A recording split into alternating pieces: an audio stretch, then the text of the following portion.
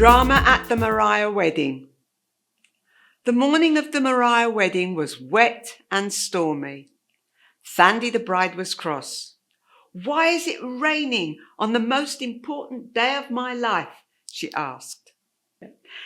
Ever since she was a little girl, Thandi wanted to play the part of the bride in the Tobago Heritage Festival, just like her mother and her sister, her cousins, and her aunts had done.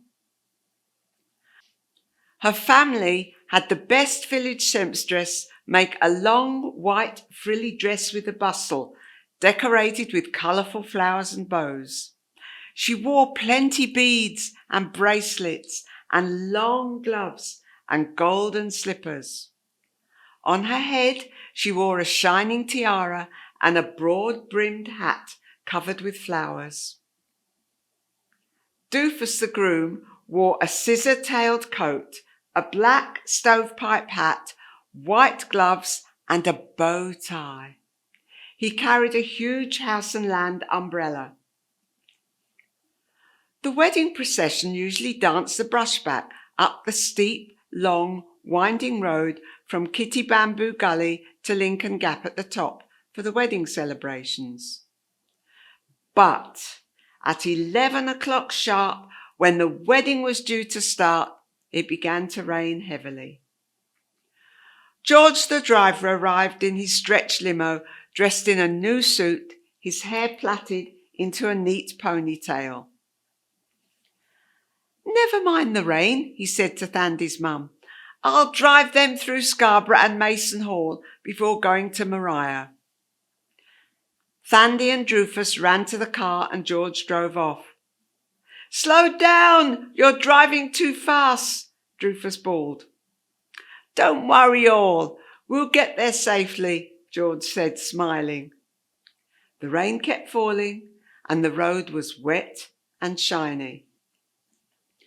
But when they left Kitty Bamboo Gully with the crowd following behind, the long limo got stuck on a bend with the front wheels hanging over a cliff. Luckily, the roots of a big silk cotton tree stopped the limo from falling into the gully. The bride and the groom looked at George. "Don't move," he whispered. 2 police officers appeared and helped all 3 back onto the wet Moriah road. No one could pass the blocked road. Traffic backed up as far as Mason Hall. A villager offered a bicycle built for 2 to the soaked couple. The groom took the front position while his bride sat behind, and they zigzagged up the steep, slippery hill towards Lincoln Gap, where the ceremony was being held. Guests and performers left their cars to follow the couple up Moriah Hill. Some squeezed through the small space between the back of the limo and the hillside. Some slithered over the top. Some even climbed over the root that held the car.